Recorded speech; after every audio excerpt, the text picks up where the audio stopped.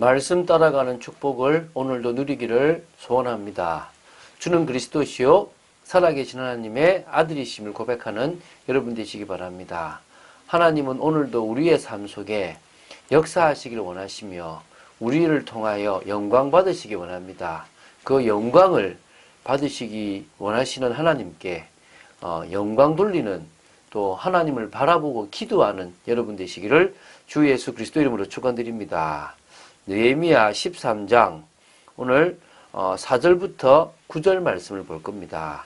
자, 지금 느헤미야 13장은 이스라엘 신앙 공동체의 전반적인 어떤 개괄적인 개혁을 다루고 있습니다.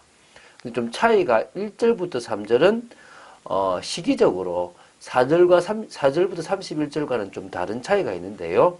어떤 부분이냐면 1절부터 3절은 어제도 얘기했지만 이스라엘 신앙 공동체의 어떤 이방인 축출 사건이라는 것은 비슷할 수 있지만요.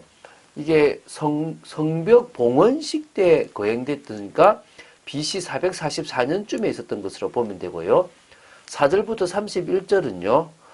느헤미야가 이 페르시아로 갔다가 다시 돌아온 12년 뒤에 있었던 BC 432년경에 있었던 사건으로 보시면 됩니다. 그래서 무려 12년 정도의 차이가 나는 겁니다. 사실은 12년간 이 총독 재임 기간 동안 느헤미야는 강력한 의지를 가지고 이스라엘 신앙 공동체의 회복과 재건을 위하여 힘을 다했습니다. 그래서 이러한 그의 의지와 노력이 사실 헛되지 않았던 게 성벽이 재건되어지고 신앙개혁 운동을 이 느헤미야와 같이 에스라와 같이 하게 되었고요. 그래서 신앙 공동체라는 이름에 부합할 만큼의 그런 일이 일어났습니다. 그리고 이제 왕이 부름을 있었기 때문에 페르시아로 돌아가게 되고요. 그리고 나서 이제 그 페르시아로 돌아간 이후에 이곳에는 영적 침체기가 에스라가 아마 죽었던 것 같아요. 그래서 영적 침체기가 빠져버렸는데요. 그러다 보니까 어떤 일이 벌어지냐 그러니까 이 지금 성전에 문제가 생겨서 성전 정화를 해야 될 상황이 생기고 11조의 제도도 다시 회복해야 될 상황이 생기고 안식일 규례도 다시 준수해야 될 상황이 생기는 겁니다. 그리고 이방인과의 통혼 문제에서도 해결될 것이 생기는 겁니다. 이 부분을 지금 이 13장에 다루고 있는 겁니다. 참 한 사람 지도자가 중요하지만 그 한 사람 지도자의 부재로 일어나는 일이 이렇게 심각해진다면 사실 참 안타까운 거죠. 신앙은 개인적인 것인데, 그죠? 자, 오늘 4절부터 9절까지를 통해서, 지금 바로 다시 말하면 성전을 정화시키는 모습에 대해서 한번 보도록 하겠습니다. 4절부터 5절을 먼저 보겠습니다. 이전에 우리 하나님의 전의 방을 맡은 제사장 엘리야십이 도비야와 연락이 있었으므로 도비야를 위하여 한 큰 방을 만들었으니 그 방은 원래 소재물과 유황과 그릇과 또 레위 사람들과 노래하는 자들과 문지기들에게 11조로 주는 곡물과 새 포도주와 기름과 또 제사장들에 주는 거제물들을 두는 곳이라. 자, 여기 지금 제사장 엘리야십이 나옵니다. 이것은 느헤미야 3장 1절에 나오는 대제사장 엘리야십과는 다른 인물입니다. 동명이인으로 보면 됩니다. 이유가 뭐냐면 이 엘리야십은 전에 방을 맡았어요. 대제사장은 그런 업무를 하지 않으니까 이 3장 1절에 나오는 엘리야십과 지금 나오는 엘리야십은 다른 인물이라고 보시면 되겠습니다. 그런데 이 엘리야십이 사실은 아마 도비야와는 혼인을 했던 어떤 친족 관계의 어떤 형성 관계 속에서 같이 연결됐던 사람이지 아니겠냐 생각이 듭니다. 느헤미야 6장 18절에 보면요.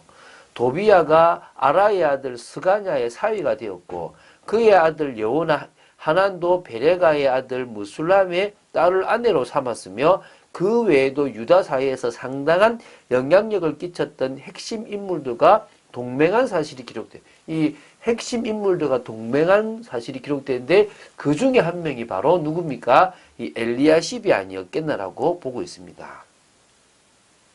자, 그러면요. 하나님의 이 전의 방을 맡은 제사장 엘리야십이 성전의 방들 중 큰 방 하나를 도비야를 위해서 내어주는 일이 벌어지는 겁니다. 이게 지금 하나님의 사람이 세상적인 것에 눈이 멀어가지고 자신이 해야 될 의무를 다하지 못한 것이 된 거죠. 이거를 느헤미야가 아닥사스다와 함께 페르시아에 머물러 있는 동안에 이 나쁜 행동들을 했다는 겁니다. 이 도비아가 누굽니까? 이스라엘을 무너뜨리기 위해서 온갖 조롱과 협박과 군사적인 위협을 감행했던 성전 재건을, 성벽 재건을 그렇게 방해했던 인물입니다. 그러니까 이게 실패로 끝나버리니까 아예 성전에 자기 방을 만들어가지고 거기서 제대로 된 제사를 못하도록 방해를 했던 겁니다. 성전이 제대로 정화된 게 아니라 성전이 지금 문제가 생긴 거죠. 타락한 거죠. 지금 부정해져 버렸단 말입니다. 자, 5절에 보면요. 이 방의 용도가 나와요. 큰 방의 용도가 두 가지가 있는데, 먼저는 소재물과 유황과 그릇을 두는 곳으로 성전 제사와 관련된 필요한 물건을 보관하는 데 사용됐는데요. 여기를 점유했다는 말은 이 성전을 부정케 하는 일, 다시 말하면 성전 제사에 드려지는 올바른 예물을 못 드리도록 방해하는 일에 이 도비아가 역할을 했다는 것일 수 있고요. 두 번째는요, 레위 사람들과 노래하는 자들, 문지기들에게 11조로 주는 곡물과 새 포도주와 기름, 그리고 제사장에 주는 거제물을 보관하는 곳이었습니다. 그러니까 실무적으로 성전 제사를 보조해야 될 직임을 맡은 그런 자들을 위한 어떤 공간이었는데, 이 11조와 음식 보관하는 창고를 도비아가 점령했다는 사실 자체도 이 성전 제사장들에게, 제사하는 일에 레위인들에게 치명적 위협이 돼가지고 결국은 자기 직무를 포기하고 성전을 떠나버리는 일이 생겼다는 겁니다. 참 안타까운 거죠. 레위인들이 자신이 지금 먹을 것이 없어서 자신의 직무를 포기하고 간 것도 문제지만, 이 백성들이 자신 살려고 하나님의 백성을 제대로 케어하지 못함으로 말미암아 결국 자신들이 더 망한다는 사실을 모르고 있는 것이 얼마나 안타깝습니까? 그때에는 내가 예루살렘에 있지 아니하였느니라. 바벨론 왕 아닥사스다 32년에 내가 왕에게 나아갔다가 며칠 후에 왕에게 말미를 청하고 예루살렘에 이르러서야 엘리야십이 도비아를 위하여 하나님의 전뜰의 방을 만든 악한 일을 안지라. 지금요, 도비아가 성전의 방을 하나 차지하고 있을 때에 느헤미야는 예루살렘에 없었다고 얘기하지 않습니까? 그때는 페르시아 왕이 있었던 아닥사스다가 있었던 곳에 가 있었다는 겁니다. 근데 이건 지금 페르시아 왕인데 바벨론 왕이라고 이렇게 표현을 해요. 이 이유는요, 아닥사스다가 자신을 바벨론의 정통성을 이은 왕으로 자처했기 때문에 이런 표현을 썼다고 볼 수 있겠고요. 어쨌든 이 32년에 그때서 돼서 이 페르시아 궁에 있었던 이 느헤미야가 다시 왕에게 청해서 예루살렘으로 오게 됐는데, 와보니까 이 심각한 문제가 영적 침체기를 만든 원인들이 터져 있는데, 그 중에 도비아가 하나님의 전뜰에 방을 만든 악한 것을 듣게 된 거예요. 내가 심히 근심하여 도비아의 세간을 그 방 밖으로 다 내어 던지고 명령하여 그 방을 정결하게 하고 하나님의 전의 그릇과 소재물과 유황을 다시 그리로 들여 놓았느니라. 느헤미야는 이 부분에 대해서 누구보다 심각성을 깨달은 겁니다. 이게 지금 얼마나 지금 큰 문제인가를 인식한 거죠. 그래서 심히 근심했다고 나옵니다. 딱 사건 전말을 파악하고요, 그 방에서 도비아의 모든 세간을요, 그 방 밖으로 완전히 다 내던져버립니다. 예수님이 성전을 정화한 것처럼 그렇게 한 거죠. 그리고 이제 뭐합니까? 이제 다시 정결하게 해서 하나님의 전에 그릇을 넣고 소재물과 유황을 다시 들여놓는 제사를 회복하기 위한 일을 시작하는 겁니다. 참, 이 은혜의 사람은요, 하나님께 영광 돌리는 제사, 인간이 하나님을 만나기 위한 제사를 회복하는 데 있는데, 불신자들은 세상적인 사람들은 교회를 다니고 하나님의 백성이라고 하는데도요, 먹고 살고 자신을 위해 살아갑니다. 어떤 일이 중요합니까?